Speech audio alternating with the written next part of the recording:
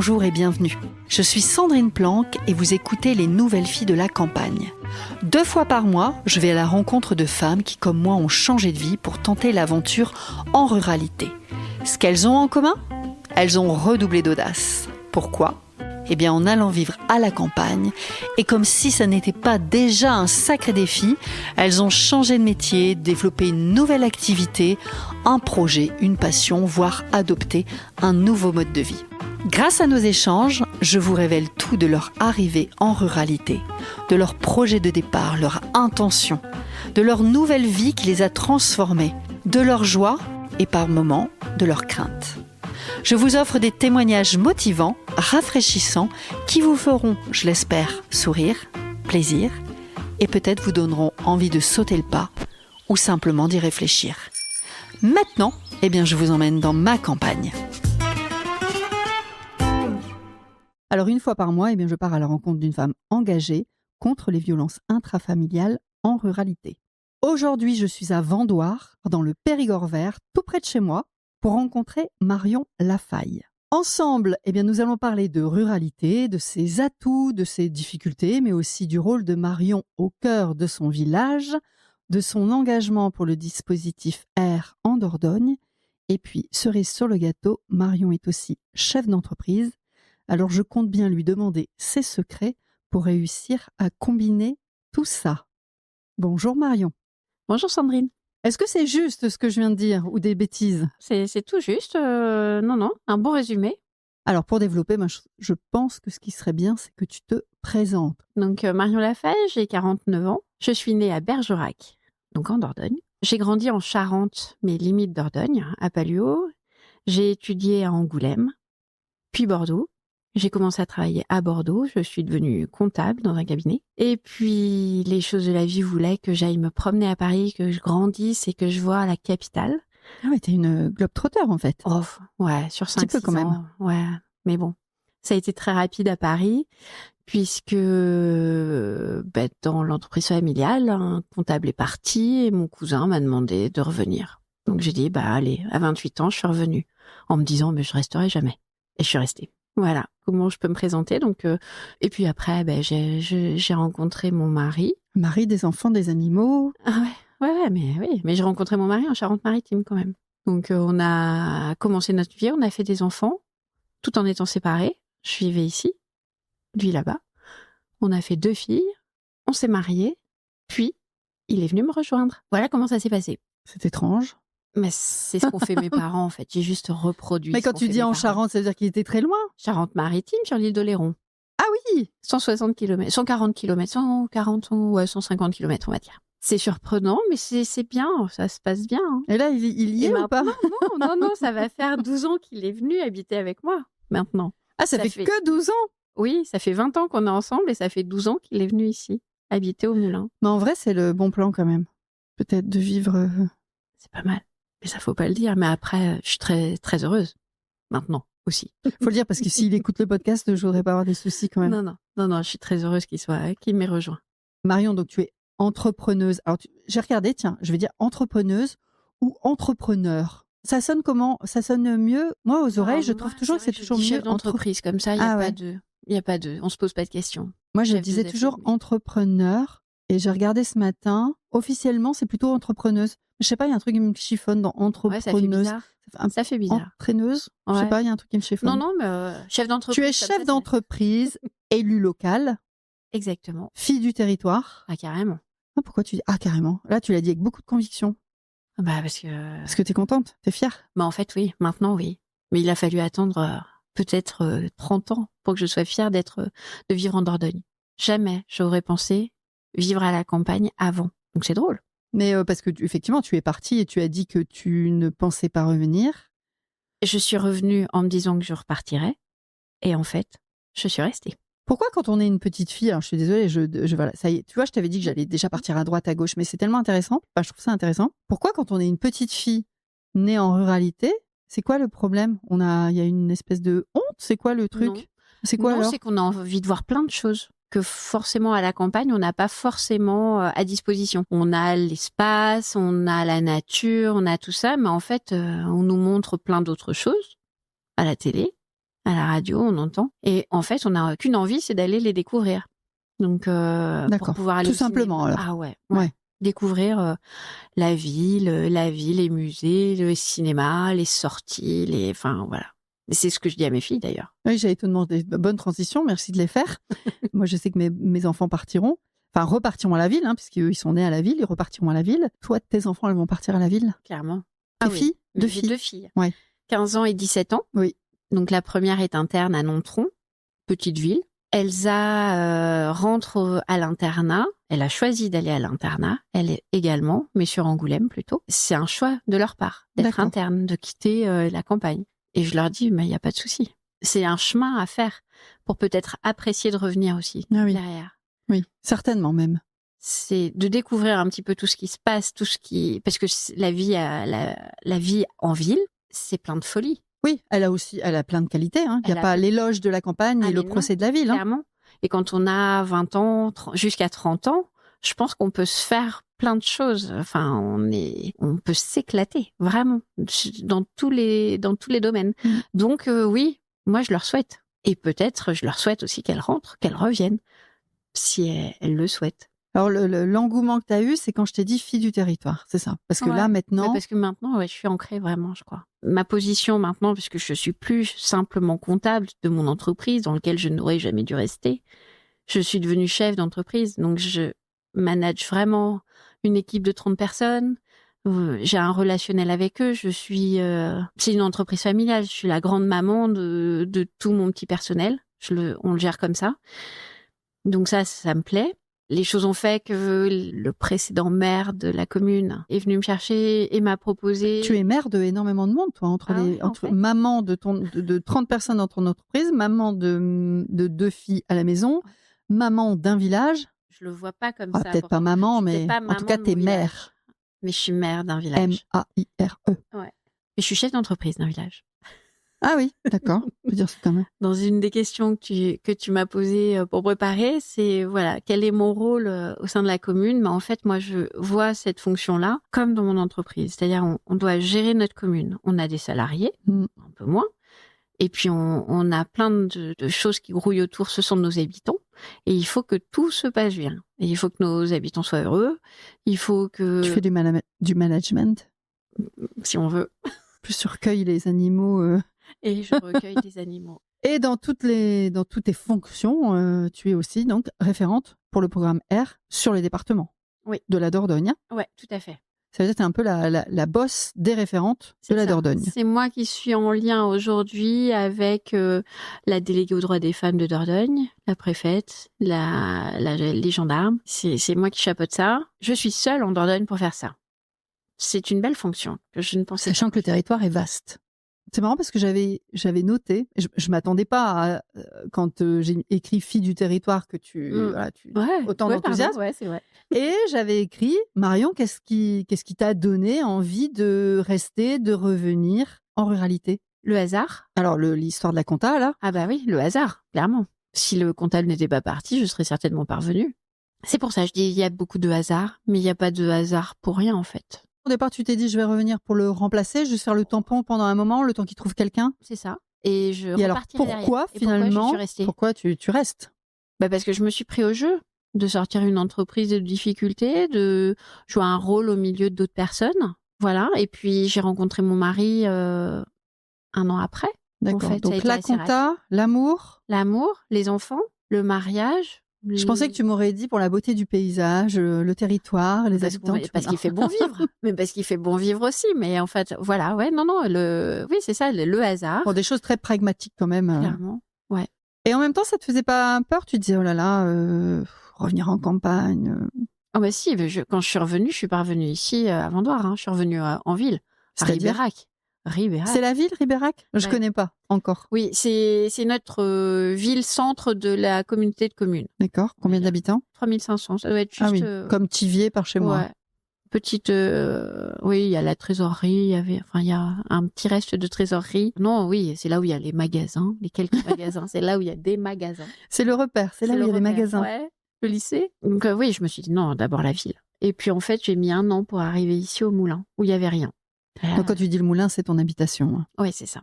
Qu'est-ce qui te rattache le plus à ce territoire? C'est mes racines ici. Je suis très attachée à mes 2 grands-mères. Alors, j'en ai une qui vient de Lyon, mais j'en ai une qui est d'ici, qui a vécu ici, qui a grandi ici, au Moulin. Oui, c'est une habitation familiale. Familiale. Je pense que c'est ça qui m'attache. Non, c'est ça qui m'attache au territoire. Bon, ça après, même si un jour ça s'arrête, je pense que j'arriverai à me projeter sur d'autres choses. Et le territoire de la Dordogne, est-ce qu'elle a quelque chose de particulier pour toi? Je suis née. Alors, je suis pas née ici. Je suis née à Bergerac. Et je suis fière d'être née à Bergerac. Je suis un vrai cul de châtaigne. Un cul de châtaigne. C'est la première fois que j'entends ça. Ça se dit ou c'est toi qui l'as inventé? Non, ça se dit. Un cul de châtaigne, c'est périgourdin. Je rencontre des femmes comme moi qui sont arrivées sur ces territoires ruraux pas par dépit, mais par envie. Je rencontre des natifs du territoire, etc. Donc c'est chouette de comprendre ça. Mais qu'est-ce qu'il y a de magique pour toi en Dordogne et qu'est-ce qui fait que tu es si fière? C'est beau. Je pense que les gens sont vrais, simples. Il fait bon vivre. Après, il y a toutes les difficultés de notre territoire. La ruralité, l'éloignement de plein de choses, des difficultés pour avoir un peu plus de culture. Bon, si on n'a pas de mobilité, voilà, c'est juste impossible. Ou alors après, il faut vivre à Périgueux. Mais moi, je suis heureuse de vivre à la campagne aujourd'hui. Mais si j'avais 20 ans, je préférerais peut-être vivre à Périgueux. Non, je suis fière de vivre ici, en Périgord vert, à Vendoire particulièrement, parce que oui, c'est parce que tu m'as dit que c'était le plus beau village de France. Ouais, bah oui, mais c'est vrai. Cécile me l'a dit aussi, hein. Nathalie Gavol me l'a dit aussi. Non, mais j'y suis passée, c'est mignon. Puis un énorme château. C'est ça. Mais qui vit pas assez. Mais bon, la châtelaine fait beaucoup de choses quand même. On peut lui la féliciter pour ça. On attaque le parcours et tes engagements. Ah ouais. Donc, pas entrepreneuse, mais chef d'entreprise, élue locale, engagée à l'AMRF, donc AMRF, Association des maires ruraux de France. Est-ce que tu arrives à me dire qu'est-ce qui a guidé tous ces choix? Eh ben, il n'y a pas de hasard. Ok. Donc, je suis venue m'installer à Vendoire. À côté de chez moi habitait le maire précédent, Alain Lucas. Donc, avec qui j'ai sympathisé. J'ai ramené mes filles aussi, parce que mes filles étaient parties à l'école quand même sur l'île d'Oléron. Puis, elles sont revenues ici. Donc, ramener 2 filles dans une école, c'est formidable. Hein, pour un maire, en général, on est très heureux. Donc, il m'a accueilli vraiment les bras ouverts. Avec le champagne? Ah oui. Donc, il a souhaité me faire rentrer au conseil municipal en 2014. Donc, voilà, je suis rentrée en engagement simple avec 2 enfants en bas âge. Donc, vraiment des premiers pas dans une collectivité. Donc, c'est très intéressant. J'ai trouvé ça très intéressant. C'était quoi ton rôle? T'avais quoi? T'avais la voirie? T'avais la... Ah non, moi les écoles et puis le syndicat de l'eau. Donc non, c'était très intéressant. Et puis après la vie de la commune en elle-même, quoi. Mais ça me suffisait. Hein. J'avais assez à faire aussi quand même de mon côté. Puis les petites en bas âge, voilà. Et donc quand Alain a souhaité arrêter, il m'a dit c'est toi qui dois te présenter. C'est à toi que je passe le bâton. Maintenant, à toi de faire le boulot et de... Tu sais pourquoi toi? Parce que vous étiez nombreux. Enfin, je crois qu'il y avait d'autres personnes quand même. On était 11. Hein. Ah Donc, pourquoi moi? Peut-être parce qu'il a vu en moi ce côté un peu... Chef d'entreprise? Chef d'entreprise, ouais. Battant, volontaire, toujours dans les discussions aussi. Ça, c'est quelque chose qui m'impose, même si j'ai très envie de faire passer plein de choses.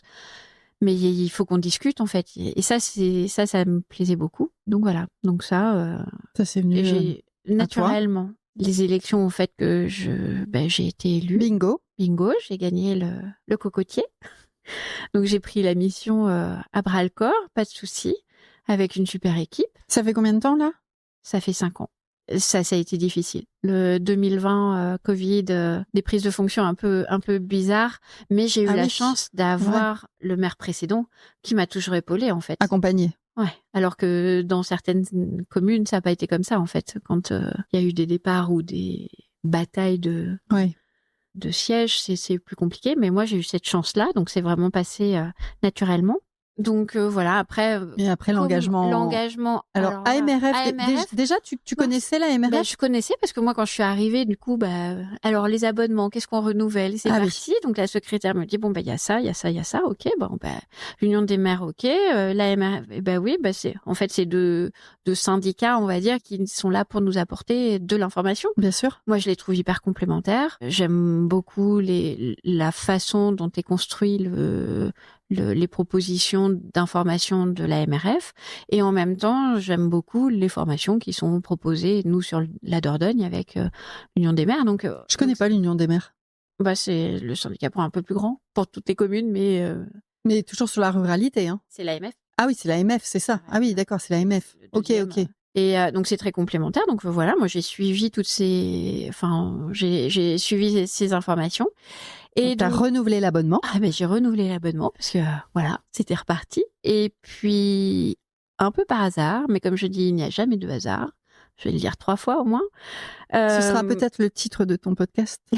Jamais de hasard.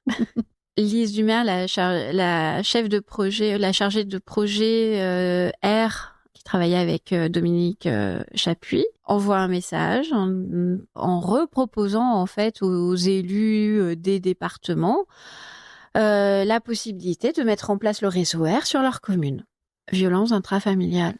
Ok, donc là ça me tape. Je dis ok. Pourquoi ça tape? Parce que tu avais vu dans mon entreprise, j'ai été face à des violences intrafamiliales que j'ai gérées comme j'ai pu. Ah oui, au cœur de ton entreprise. Au cœur de mon entreprise. Tu as vu. Enfin, donc, en tout cas, tu as été confrontée à ce problème. À ça. Et après, ça remonte. Hein. Mais moi, je sais que mes grand-mères, elles ont vécu des choses parce que avant c'était différemment. Et donc moi, mes grand-mères, elles m'ont construite. Et ça, c'est ancré en moi en fait. Il faut que tu sois indépendante. Il faut que tu aies ton propre travail. Il faut que tu aies ta voiture. Il faut que tu sois mobile. Il faut que tu sois indépendante. Limite que tu fasses des études, que tu partes ailleurs, oui, c'est ça. C'est ce que tu as fait. Et c'est ce que j'ai fait, je les ai écoutés. Hein. Faut toujours écouter sa grand-mère. Ouais, c'est 2 grand-mères du coup. Là, sur le coup, c'est 2 grand-mères. Donc vraiment, et j'ai dit, mais en fait, ça a résonné en toi. Ça a résonné en moi. Et en fait, dans ma commune, j'avais pas connaissance de quoi que ce soit. Et j'ai dit, mais en fait, s'il se passe quelque chose sur ma commune, en fait, je sais pas. Je sais pas ce qu'il y a sur le territoire. Je sais pas ce qu'on a. Je sais pas tout ça. Donc, moi, j'ai répondu, oui, ok, moi, je veux bien. Mais comme ça, en me disant, ok, on sera peut-être 2, 3 en Dordogne à répondre. Et Lise m'appelle et elle me dit, oui, Marion Lafaille, bonjour. Vous êtes la référente départementale de Dordogne. Directement. Sans passer par la case prison, ni départ. C'est ça. Et sans être entrée dans le bureau de l'association des maires ruraux, quand même, de Dordogne. J'ai passé toutes les étapes. Et en fait, c'est Lise. Tu as eu ton diplôme direct. Qui a prévenu Alain Castan, donc le président de l'association des maires ruraux, en lui disant, ça y est, vous avez une référente départementale sur R. Puisque c'est quelque chose que lui avait mis en avant également lors du congrès des maires ruraux à Aimé. Donc, du coup, je dis, ok. Et il m'a invité à une réunion de bureau. Je suis rentrée dans le bureau un peu comme ça, mais vraiment par hasard, par l'invitation d'Alain Castan, en fait. Et puis, petit à petit, donc, avec Dominique Chapuis, ils nous ont invités à Dijon pour être formés sur les violences intrafamiliales, nous expliquer par diverses réunions en web, en visio, etc. Voilà, comment entreprendre cette démarche de faire un réseau R sur le territoire. Oui, parce que pour que nos auditeurs et nos auditrices comprennent bien, parce qu'effectivement, en termes de référente R, tu n'es pas la première, mais là, toi, par contre, tu chapeautes d'autres référents et référentes sur le territoire. Un maillage, tu chapeautes le maillage des acteurs, des élus dans les sur la Dordogne. Tu as une équipe. Je suis la chef d'équipe, donc mon rôle en Dordogne, c'est vraiment de faire ce maillage-là. Donc moi, mon souhait, c'est que dans chaque commune du territoire de Dordogne, qu'on puisse avoir un élu référent qui soit formé, sensibilisé à la violence intrafamiliale. Donc aujourd'hui, donc depuis janvier 2024, je fais le tour des communautés de communes de Dordogne pour présenter aux maires présents lors de ces réunions ce qu'est le référent R, pour que dans leur commune, ils votent par délibération la nomination d'un référent volontaire. Une communauté de communes, c'est quoi? C'est la réunion en fait de toutes les communes du territoire de l'intercommunalité. Donc moi, je présente cette action, je la présente comme une action, une mission, devant les maires de l'interco. Donc là, je peux pas être plus en face que c'est vraiment là, je me retrouve par exemple quand je l'ai présenté à Ribérac devant 44 maires. Je les mobilise. Une fois qu'ils ont fait leur délibération dans leur conseil municipal, ils m'envoient. Les secrétaires de mairie m'envoient la délib, m'envoient les coordonnées. Moi, j'ai ma petite liste. Et après, je les contacte. Et je les contacte pour leur proposer des réunions. Donc, ce qu'on a fait en 2024, c'était mon début. Donc, j'ai fait la réunion de présentation au mois de septembre à Périgueux, dans une grande ville, mais centrale pour la Dordogne, où là, j'ai réuni les 40 délégués que j'avais à l'époque.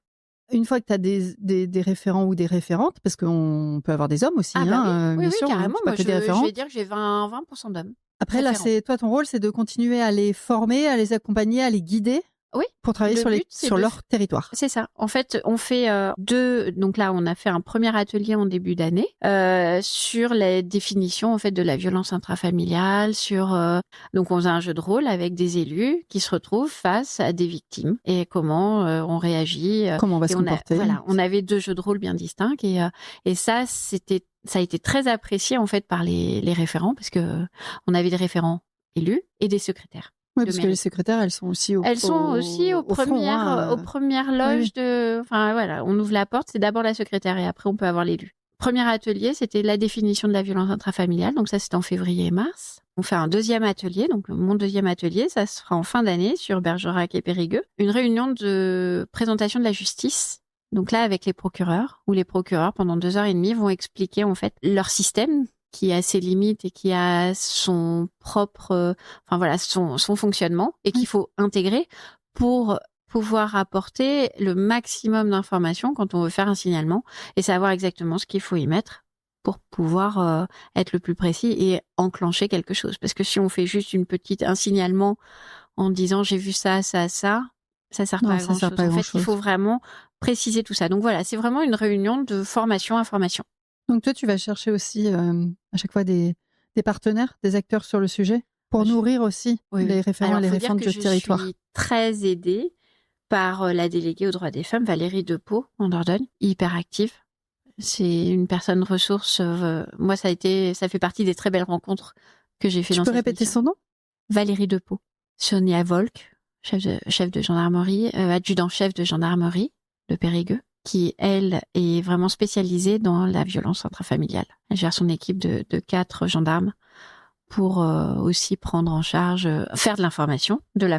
Donc, elle va de la toute petite école au collège, à la maison de retraite, jusqu'au supermarché. Voilà, elle fait vraiment de la diffusion d'informations. Très large. Très, très large. Et elle a une dynamique, elle aussi, qui est exceptionnelle. Donc Sonia Volk, voilà. Avec déjà ces 2 personnes-là, pour moi, c'est mes 2 béquilles. D'accord. Et puis après, j'ai toutes les personnes des associations qui sont, CDFF, Nathalie Verdier, vraiment, qui est là aussi pour me soutenir.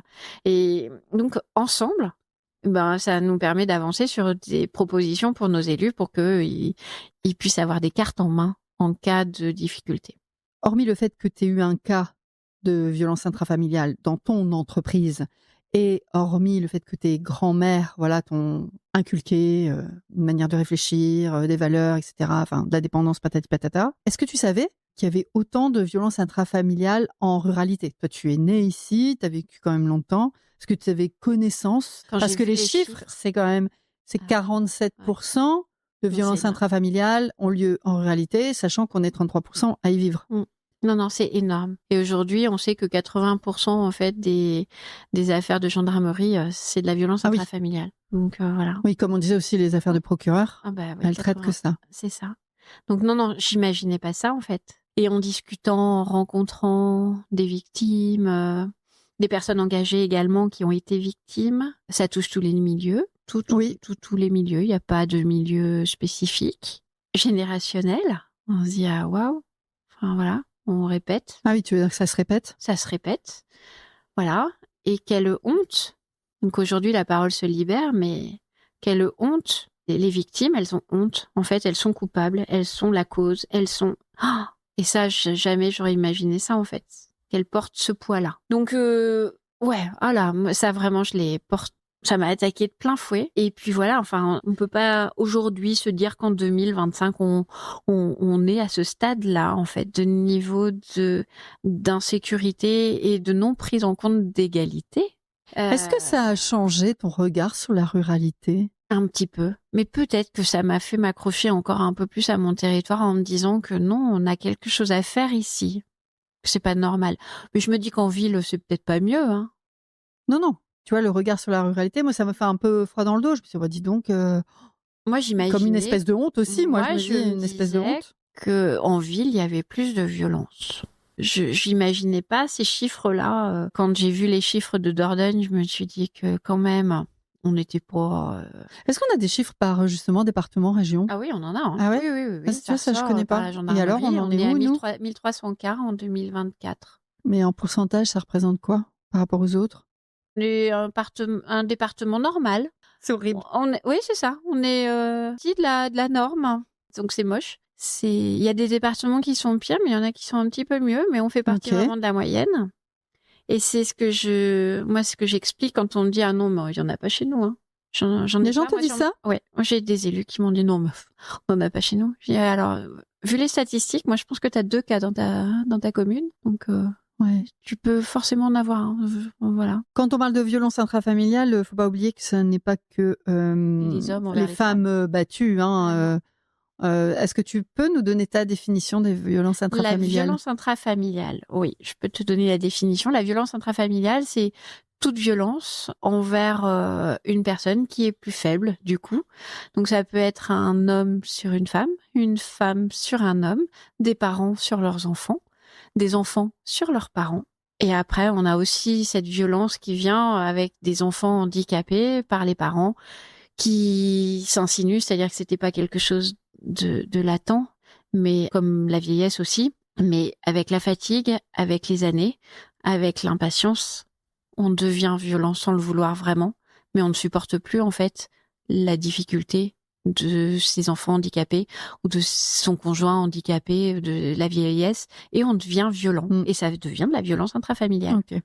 Voilà. Donc elle est vraiment générale. On a aussi les enfants homosexuels qui révèlent leur homosexualité, qui ne sont pas reconnus par leurs parents. Enfin voilà, c'est vraiment général. Et quand j'explique aussi en réunion, enfin en présentation, en communauté en interco, que la violence, elle se dessine. Voilà, il n'y a pas que les femmes, c'est la grande majorité, c'est 80% des cas, mais que on a des hommes qui sont violentés, psychologiquement principalement, mais ça arrive énormément. Et on a tous les enfants qui sont co-victimes ou victimes des violences que se donnent leurs parents. Oui, aussi, oui. Donc voilà, il n'y a pas oh ben elle l'a bien cherché, il a qu'à se barrer, c'est pas très grave, c'est leurs affaires. Non, il y a les enfants qui vivent au milieu de tout ça aussi. Et eux, ils ont rien choisi et ils subissent et ils font avec. Quelles difficultés tu rencontres sur le territoire de la Dordogne pour déployer le dispositif R? Ben, j'ai encore des collectivités, des communautés de communes, des comme des intercos qui ne m'ont pas ouvert la porte. Voilà, j'ai écrit. On va pas forcément donner de nom, mais pourquoi? Pourquoi, je ne sais pas. Est-ce que je pense que j'ai été claire quand même dans la présentation. Est-ce que cette action est emportée par l'association des maires ruraux? C'est un conflit de personnes entre président d'Interco et l'association des maires ruraux? Ça peut, je pense. Est-ce que les présidents d'Interco ne se sentent pas concernés par le sujet et disent que ils ont fait la présentation comme ça, sans me faire venir? Moi, c'est ce qu'on m'a dit. Hein. On m'a dit, non, le président va faire une présentation de votre action et j'ai personne, donc c'est que ça fonctionne pas. Et donc, j'ai quelques intercos comme ça. Donc, je me dis, c'est pas grave. Ce que je construis là, on continuera prochainement. C'est ce sera la prochaine action. C'est un peu se voiler la face ou tu sais l'autruche là. Oui, certainement. Ouais, où il y a pas ça chez nous, un peu ce que tu disais. Dans ces territoires-là, ils ont les mêmes difficultés que nous, hein, je pense, voire peut-être plus, parce que moi, je suis en contact avec des associations et qui, non, ils sont clairement confrontés à des difficultés. Mais quand on planning familial, etc. Rien que les logements sociaux. Les logements sociaux. Donc voilà, et puis le CDFF, enfin eux, ils chapeautent quand même pas mal de choses et du coup, ouais. Ok, donc quand même des difficultés. Il y a quelques difficultés.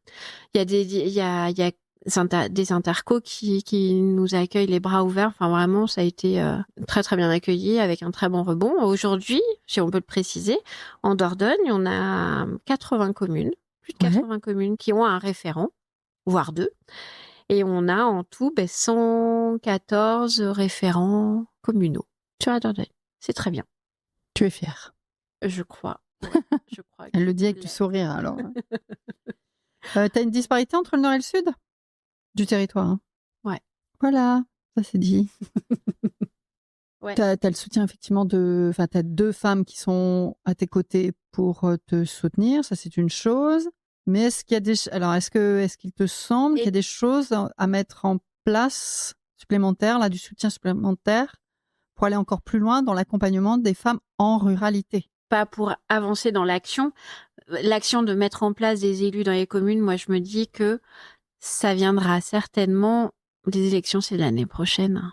Donc, c'est bientôt là. Du coup, moi, ça m'engage à retenter l'aventure aussi pour continuer à développer cette action. D'ailleurs, tu retentes ? Bah oui, j'ai pas fini. J'ai pas la moitié de mes communes en fait, donc. Elle ira jusqu'au bout. Il faut aller jusqu'au bout. Non. Je suis qu'au début de cette histoire-là en fait, donc je me dis non. Et puis le but, c'est qu'on soit plusieurs référents pour bien encadrer ce territoire. Parce que là aujourd'hui, moi toute seule, c'est chaud. C'est chaud. Mais par contre, si au prochain mandat, on peut être 4 à se partager le territoire, ça peut être bien. Ça voudrait dire en plus que les 4 parties du territoire sont couvertes. J'allais dire, attends, tu devrais en avoir une par vert, pourpre, noir, blanc. Ouais. Ben oui. Ça, ce serait important pour cette action-là. Après, pour soutenir les femmes victimes, en fait, c'est de leur faire savoir qu'il y a des choses qui existent sur le territoire. C'est cette communication qui est nécessaire, en fait, vraiment, que sur le territoire, elles ne sont pas seules. Et que les gendarmes, de plus en plus aujourd'hui, sont là pour les écouter. Ça, il faut vraiment qu'elles l'entendent. Que moi, je l'ai encore rencontré il y a pas longtemps. Les gendarmes sont ouverts. Comment, d'ailleurs, là, en t'entendant parler, tu dis il faut qu'on communique. Comment vous arrivez, les élus, les référentes, à communiquer sur l'ancrage, sur le territoire, quoi? Parce que tu vois, peut-être que là, une grande partie des gens nous écoutent sont en ruralité, mais d'autres non. Mais tout le monde n'écoute pas les podcasts, par exemple. Alors, comment vous faites pour se faire savoir? Ouais. En fait, le but d'être dans chaque commune, c'est vraiment de diffuser cette information au sein de sa commune. Donc, le site internet, tout support, le petit journal, voilà. Nous, à Vendoire, on a une boîte mail et on a une boîte aux lettres dédiée. Et puis après, 2 fois dans l'année, je remarque comme quoi il y a des référents sur les violences intrafamiliales. Je fais passer le violentomètre pour faire comprendre. Et puis voilà. C'est de la petite communication qui passe comme ça et qui... moi, sur mon village, je vais pas faire d'animation particulière. Là, ce qu'on va faire sur le Ribéracois, ce sera le 25, la journée du 25 novembre. 25 novembre, ouais. Va être très chargée puisque sur Nontron, avec Valérie Depeau, il va y avoir des journées de formation, des signatures de contrats locaux contre les violences sexistes et sexuelles, avec les intercos, avec 2 intercos normalement. Et moi, le soir, le cinéma de Ribérac, donc Max Linder nous a proposé cette date-là en me disant, quand même, ça le fait. Oui. La diffusion du film. Tu peux avoir une diffusion du film et après, toi, tu interviens. Et donc là, après, voilà, on fera un petit débat, mais le but, c'est d'amener du monde. Et en fait, ce film-là, c'est aussi sur le droit, c'est la violence dans la famille et le droit de vote des femmes. Oui, c'est ça. Ah, c'est un film poignant, vraiment. Donc, il est en noir et blanc. Je suis heureuse de le partager là, à Ribérac. Très bien. Si tu devais engager ou motiver les élus à rejoindre le programme, qu'est-ce que tu aurais envie de leur dire? Qu'est-ce que tu pourrais leur dire? Que c'est des rencontres avec des personnes chargées d'émotions et les rencontres qu'on fait nous volontaires qui n'avons pas forcément subi tout ça, c'est hyper constructif en fait de pouvoir comprendre en fait ce qui arrive dans certains foyers parce qu'on peut pas. Je pense que quand on est normalement constitué, on n'arrive pas à le comprendre. On peut pas s'imaginer ça. Moi, j'en ai encore discuté avec mon père hier. On a grandi dans une normalité. Moi, mon père, il y avait équité, sur les charges financières, sur les revenus, la liberté de faire ci, de faire... j'ai grandi dans une famille hyper égale. Alors que dans la génération du dessus, ça ne l'était pas du tout. Et moi, j'ai compris ça, qu'il y avait cette marche-là qui avait été construite. Mais je l'ai grandi dans la normalité. Et quand j'ai été confrontée à la violence en direct, là, j'ai plus compris, en fait. J'ai été déstabilisée. Est-ce que tu avais l'impression que c'était un retour dans le passé Dans aussi? le passé, mais Ouais. oui. Et comment c'est possible, en fait, en 2000, ce qui se passait dans la génération de mes 25? grands-parents, comment une personne qui a 10 ans de plus que moi, elle peut accepter de se faire taper dessus par son conjoint qui vient travailler dans la même entreprise et l'autre il vient travailler comme si de rien n'était, quoi. J'avais 28 ans et je l'ai reçu il y a 3 ans. Je peux pas le tolérer, en fait, donc je fais ce que je peux à mon échelle parce que du coup je suis bloquée, hein, voilà. Donc du coup tu disais, parce que c'est vrai que je t'ai fait t'éloigner, mais effectivement pour recruter aussi, ou pour mobiliser ces en fait, élus, voilà. Il faut se dire, en fait, qu'on fait des rencontres exceptionnelles, que les échanges qu'on a eus lors de ces ateliers sont hyper constructifs. On parle librement, hommes, femmes, parce que faut pas se dire, hein, mais les hommes ont la même difficulté que nous à comprendre ce qui se passe dans la tête de certains hommes qui font n'importe quoi. Voilà. Donc voilà. Donc clairement, là-dessus, on a cette égalité-là. Et c'est chouette. Et ils ont le même cœur que nous à se dire que non, il faut arrêter ça, il faut voilà. Donc c'est beau et c'est hyper motivant quand on sort d'un atelier comme on est sorti là des 2 premiers ateliers. Ça fait vraiment. Donc tu parles bien des ateliers qui sont dispensés par la MRF? Non, par nous. Ou là, par oui, nous, c'est des ateliers que toi tu inities. Pardon. On a initié. Je pensais que tu parlais de ton accompagnement, enfin de toi, comment tu as été accompagnée. Ouais. Ok. Ah non, bah là c'était hyper professionnel et tout ça, c'est vraiment très bien. Nous, c'est un petit peu moins professionnel, mais enfin on a nos intervenantes qui sont au contact des victimes comme des auteurs d'ailleurs, et du coup non, c'est très constructif, mais ce qui est important, c'est l'échange qu'on a avec les autres référents et qui peuvent évoquer les difficultés qu'ils ont rencontrées. En fait, vous vous nourrissez aussi les uns des autres. Ou s'épauler aussi, parce que j'imagine qu'à des moments, c'est quand même pas facile. Ouais. Mais là, c'est ce que je leur indique maintenant, parce que dans certaines intercos, bah, ils sont nombreux. Donc maintenant, à vous de jouer sur votre interco pour faire les manifestations au moment de novembre, au moment de mars. Enfin voilà, à vous de vous imprégner parce que on a sur Waller avec l'application là, Waller, la plateforme qui est pas simple d'utilisation, mais mais elle est là, elle a le mérite d'exister. Et en fait, on peut trouver énormément de supports, énormément de choses. Et des choses sur lesquelles on peut s'appuyer. Moi, j'avais trouvé un récapitulatif d'une animation. Je m'en suis servie pour ce premier atelier, hein, clairement. C'était hyper bien fait. Tu peux même trouver tous les podcasts. Tu y seras d'ailleurs. Bon, ben voilà, il faut vraiment adhérer. Vraiment y aller. Il faut vraiment adhérer à Waller. Voilà. Donc non, moi je motive les gens. Je leur dis que vraiment c'est intéressant. Et ce n'est que 2 réunions dans l'année. En cas de difficulté, je suis là. Moi, je leur diffuse. Alors ça, on avait vu avec Dominique Chapuis aussi. On a mis en place en Dordogne une carte. Je l'ai pas amenée, c'est dommage. J'aurais pu te la montrer. C'est quoi la carte? Une carte, c'est une clé USB sur laquelle il y a le joli portrait de R et l'association des mères héros. Et sur cette clé USB, en fait, je leur remets énormément de documentation. Par exemple, en Dordogne, on a le bon taxi pour nos victimes. Ah oui. Si elles n'ont pas de moyens de locomotion, en fait, elles appellent. Elles appellent. C'est une espèce de boîte magique, ta clé. Ouais, une boîte à outils. Une boîte à outils. C'est la boîte à outils. Et du coup, on a toutes les associations pour tel ou tel cas, les numéros de téléphone, la fiche réflexe que Valérie Depeau a construite. Donc, en fait, en cas de sur chaque cas, une solution, presque. Chaque problème, une solution. Ouais. Chaque association, ce qu'elle peut faire. Ce que c'est. Bon, ça, c'était l'État qui avait fait ça avec la justice.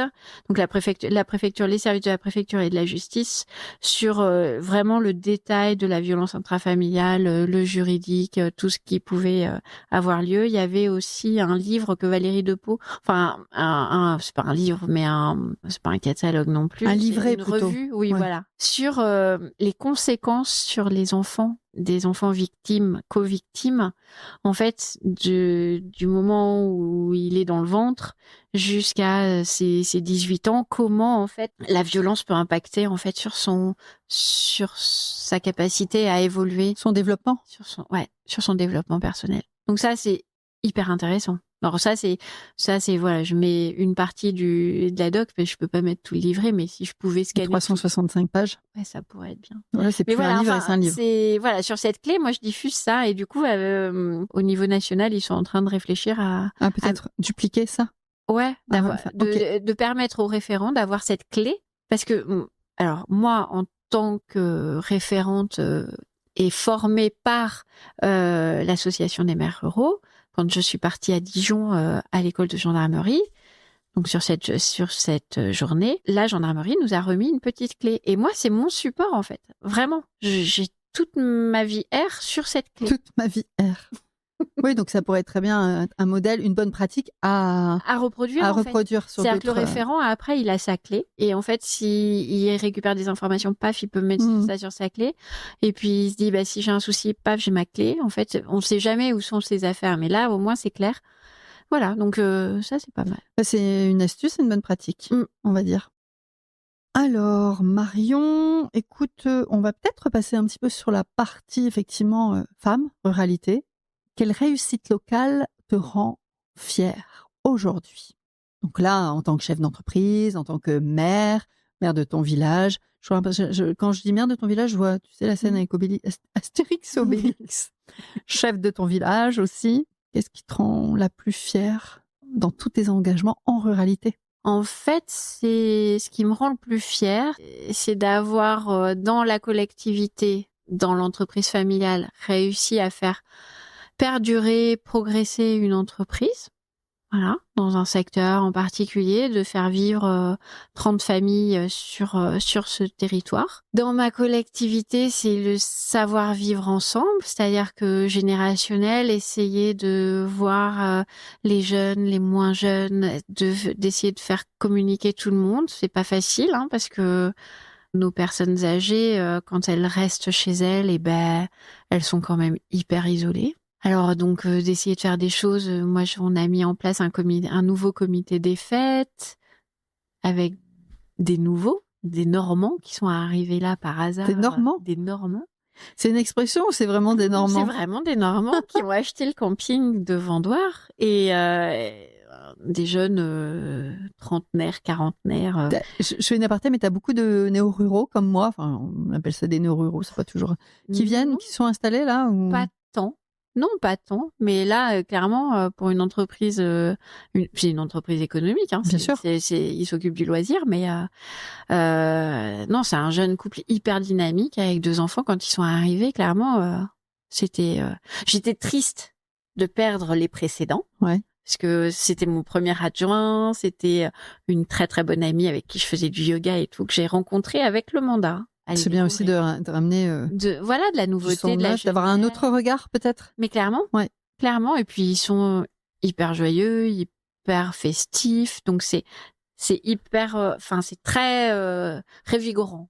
Donc là, dans tes fiertés, tu disais sur ta commune, c'est d'essayer de faire en sorte que la sauce elle prenne entre tous les gens. Pour dynamiser ta commune. Donc le comité des fêtes est reparti l'année dernière. Et le but du comité des fêtes, c'est... donc l'été, il se passe plein de choses. C'est bon. C'est pas la peine d'en rajouter. Ouais.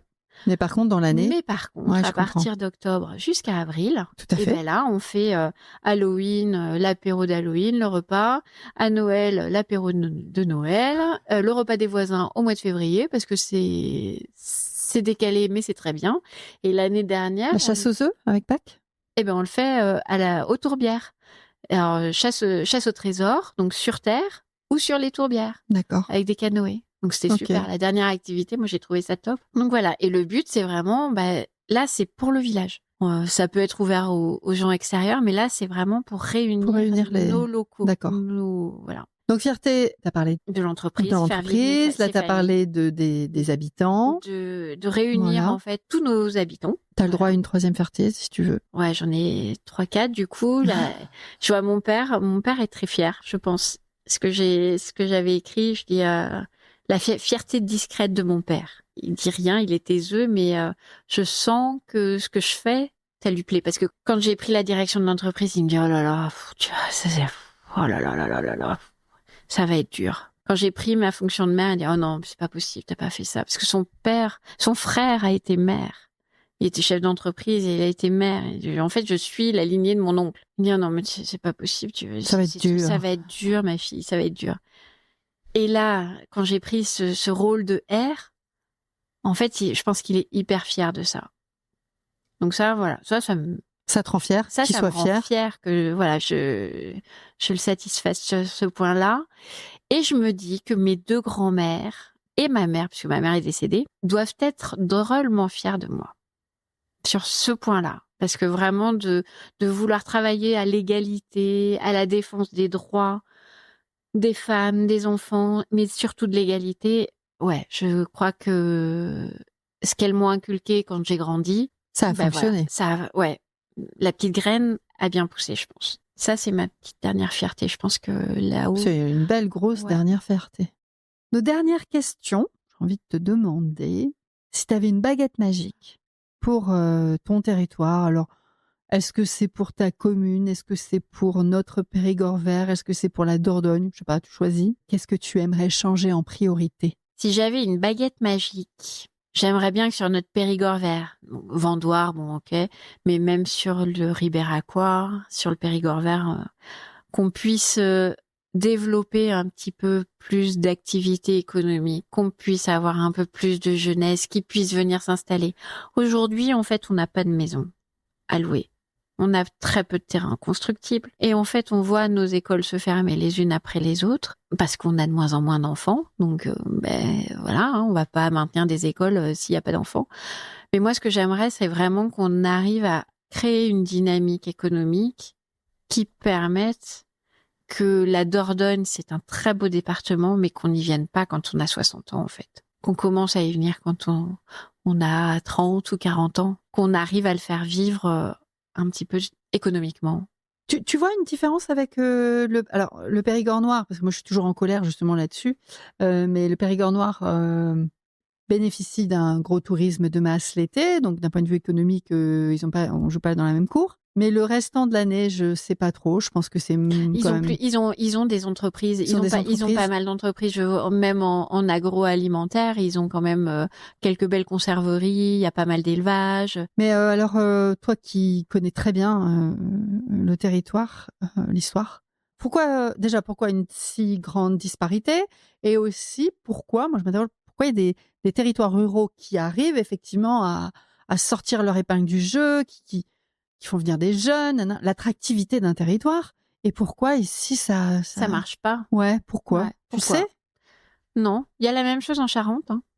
C'est exactement pareil en Charente. Le cognac, c'est l'économie. Angoulême, le Nord, il n'y a plus rien. En Sud-Charente, il n'y a plus rien. En Dordogne, je pense que dans les années 80, ils ont eu les bonnes personnes aux bons endroits et au bon moment qui ont su développer tout ce pôle touristique. Donc, clairement, au niveau du département, à un moment où il devait y avoir plus d'argent, ils ont su mettre en valeur ce qu'ils avaient sur leur territoire. Ils ont des grottes à foison, ils ont... toute la partie de Sarlat, les Zézis, patati patata. On peut pas retourner la tête sans grotte par-ci, grotte par-là. Ils l'ont mis en valeur. Donc maintenant, ils le font travailler, ça prospère, il n'y a pas de souci. Il y a des entreprises qui ont perduré, il y a des conserveries qui commence à avoir un peu de mal quand même, hein, ça y est. Ça veut dire que c'est grâce à ces éléments touristiques que l'économie a su se maintenir, éventuellement se développer. Et en même temps, enfin, quand on va sur le Terrassonnais et tout ça, il y a pas mal de structures qui ont, enfin, les collectivités là-bas, enfin, ont su développer les axes routiers, Périgueux, ont su mobiliser les acteurs économiques et les possibilités. Pourquoi sur ce territoire on arrive encore à construire des entreprises? Pourquoi sur ce territoire on arrive encore à attirer ci, ça? Alors que nous, je pense que chez toi c'est comme chez nous, en fait on n'a pas les terrains pour agrandir, pour faire des entreprises. On n'a pas tout ça. On n'a plus de droits constructibles en fait.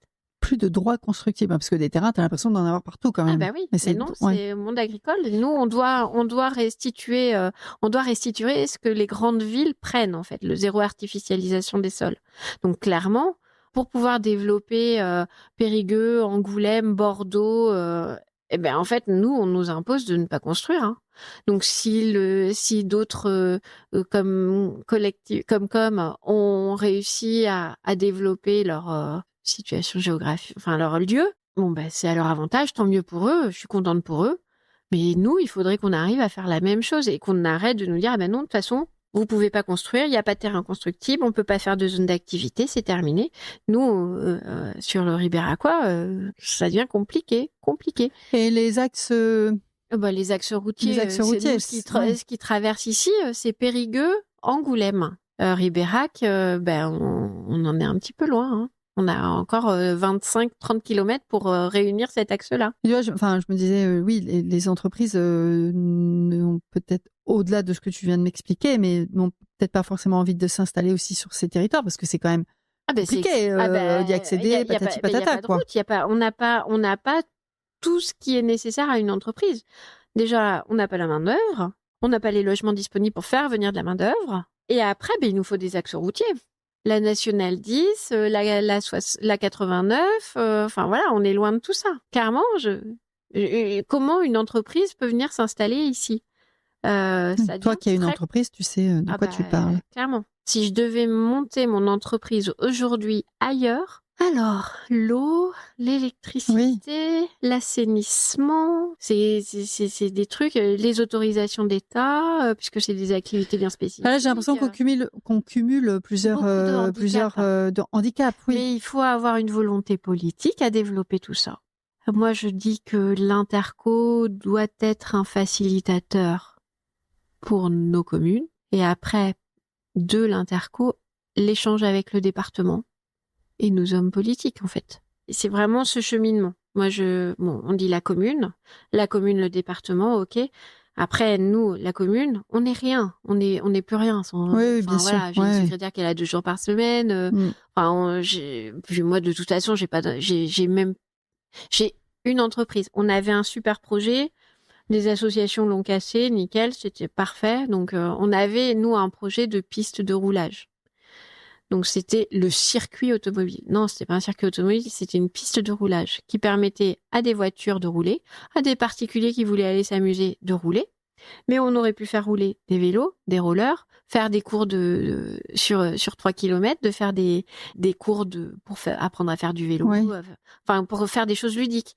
Et dans ce projet-là, il y avait la restauration de sellerie, la restauration de moteurs, tout ce qui était vieille mécanique, le travail Moi, j'ai un monsieur qui s'est installé, qui décape les carrosseries, donc pour faire de la peinture et tout ça. Enfin, il y avait tout un écosystème économique qui se mettait sur les véhicules anciens. Et nouveaux, mais principalement anciens. Nous, à Vendoire, on a une association où on regroupe des véhicules anciens, en fait. Donc, voilà, c'était une dynamique. Il y a des Antilles qui ont fait casser. À chaque fois qu'on peut avoir un petit projet, on a des Antilles qui viennent casser les petits projets qu'on peut avoir. Ça, c'est quand même hyper compliqué. C'est pour ça que je dis que je veux des jeunes. Je souhaite avoir des jeunes qui ont envie de développer un territoire et pas avoir des gens qui arrivent à 60 ans, qui ne supportent plus le bruit de la ville et qui veulent avoir la tranquillité et la vue de la campagne, en fait. Parce que quand ils arrivent à la campagne, ils achètent leur maison et la vue. Alors oui, c'est joli et tout, mais en fait, ils ne supportent plus rien. Ils veulent la tranquillité. Non, en fait, notre territoire, il a besoin de vivre comme bien sûr. comme le fait la ville. Je suis d'accord. Hein. Moi, ça me aussi. Voilà. Donc c'est ça, ma petite baguette magique, c'est une grosse baguette magique quand même. Hein, parce que là, elle est un peu lourde. Elle est costaud, mais oui, oui. Moi, c'est surtout au départ, ça m'énervait quand je suis arrivée, c'était de voir cette telle disparité entre le nord et le sud. Ou ne serait-ce que tu vois tout ce qui est même émissions de télévision, médias nationaux qui ne parlent que de. La Dordogne n'existe que par Sarlat et Bergerac. Ouais. Le reste n'existe pas. Tu te dis mais merde quoi. On a travaillé sur l'Interco.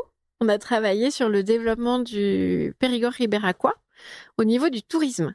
Parce que les nouvelles chargées de mission, quand elles sont arrivées de Paris, d'Angoulême. J'ai dit, mais en fait, il n'y a pas Ribérac sur les cartes. Un gros trou. Il y a Brantôme. Je crois qu'après, plus loin, il n'y a plus grand-chose. Hein. Hautefort. Oui, Hautefort, éventuellement. Mais après... Saint-Jean-de-Col, Brantôme et Hautefort. Voilà, c'est tout. Ouais. Et sinon, il n'y a rien, en fait. Il n'y a rien à voir. Alors que c'est pas vrai, quoi. Alors que c'est beau, eh ben on a travaillé. Donc nous, sur notre territoire, ça s'appelle le Périgord inattendu, parce que quand les boîtes qui nous ont aidés à travailler sur notre tourisme, enfin en fait, ce qui est drôle chez vous, c'est qu'il y a des pancartes, t'essayes de les suivre, au bout d'un moment, t'es perdu. C'est le Périgord inattendu, c'est-à-dire que tu tombes sur un truc qui est pas du tout ce que tu cherchais, mais c'est peut-être pas si mal. Alors comme je l'avais dit, moi j'étais allée à Paris avec notre interco, parce que la Dordogne, quand même, le département de la Dordogne fait des choses à la maison de la Nouvelle-Aquitaine à Paris. On a une maison de la Nouvelle-Aquitaine qui est là pour mettre en valeur notre territoire. La Nouvelle-Aquitaine, c'est grand. Super grand maintenant, c'est la moitié de la France presque. Donc et du coup, on était allé là-bas en renfort. Et je dis, mais en fait, c'est là qu'il faut diffuser notre Périgord inattendu, le radeau, les tourbières, la barque, les artisans d'art. Du coup, elles ont diffusé, mais c'est pas évident. Puis, qu'on avait rencontré des gens qui sont tordus. Il y a des Parisiens qui arrivent, qui pensent que ça va marcher direct, leurs petites affaires. Ah non, mais il faut le construire. La dernière question. Allez, la toute dernière. Mais elle est peut-être la meilleure. Je ne sais pas. On verra. Qu'est-ce qui te donne de l'énergie au quotidien ? Je crois que c'est ma famille qui me soutient derrière tout ce que je fais. Donc, ma famille, les rencontres que je fais, donc les rencontres mes habitants, l'interco, les rencontres avec l'association des maires ruraux, toutes ces personnes que je rencontre, ça me nourrit énormément. Voilà, je crois que c'est ça qui me motive. T'as oublié de parler de moi. Ah, pardon, Sandrine. Je rigole. Tu fais partie des rencontres, en fait, que j'ai fait par l'association des maires ruraux. Tout à fait. Voilà. C'est quand t'as dit ça, j'ai dit... Ah, oui. Non, mais c'est ça qui est intéressant. Ces rencontres-là, voilà. Je suis très heureuse de t'avoir rencontrée, Sandrine. Merci. Merci beaucoup. Est-ce que tu penses que tu as oublié de nous dire quelque chose ? Est-ce que tu penses avoir tout dit ? Phrase de fin, message pour terminer ? Oui, écoute, j'espère vraiment que notre territoire, comme on disait, notre Périgord vert pourra évoluer d'une façon qu'on aura une joie de vivre et une joie d'attirer des familles et des personnes, de nouvelles rencontres. Oui, qu'on fasse venir de nouvelles personnes. Qu'on soit fiers. Qu'on soit fiers de nous, comme on peut l'être. Je suis fière de vivre dans le Périgord vert. Et j'y suis très heureuse et j'aime quand on me dit on est heureux d'habiter ici. Comme j'ai sur mon village des gens qui sont arrivés il y a 3-4 ans et qui sont heureux d'avoir choisi Vendoire.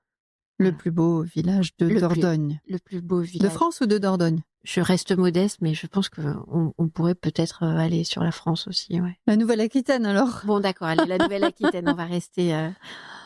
Bon, on va dire la Nouvelle-Aquitaine. Eh bien, écoute, Marion, je te remercie. Merci Sandrine. Pour cet échange. Et puis, on se retrouve en septembre. Voilà, cet épisode est diffusé en septembre. Ah bah tiens, là, on va dire que je parle en live, là, mais je pense que ton épisode sera diffusé à peu près au moment du congrès, parce que ce sera fin septembre, et le congrès a lieu fin septembre. À Poitiers. À Poitiers. Voilà. Donc, on se retrouve à Poitiers fin septembre, et en même temps que la diffusion de ton épisode. Merci beaucoup, Sandrine. À bientôt. À bientôt. Merci pour votre écoute, merci d'être resté jusqu'au bout de notre échange et si vous voulez continuer à m'encourager et surtout à faire connaître le podcast, eh bien vous pouvez mettre 5 étoiles et un commentaire sympathique sur Apple Podcast et Spotify. Surtout, vous n'oubliez pas de vous abonner à la chaîne de podcast pour être notifié des nouveaux épisodes. Et si vous voulez faire partie de la communauté des nouvelles filles de la campagne, eh bien abonnez-vous à la newsletter. Alors soit vous m'écrivez sur les nouvelles filles de la campagne @gmail.com, tout attaché en minuscules, ou vous me contactez sur les réseaux sociaux des nouvelles filles de la campagne, Instagram et Facebook. Je vous dévoile les coulisses des nouvelles filles de la campagne, des tips, des astuces, des sujets, la sortie des nouveaux épisodes et plein d'autres surprises. Alors un grand merci et je vous dis à bientôt. Ciao!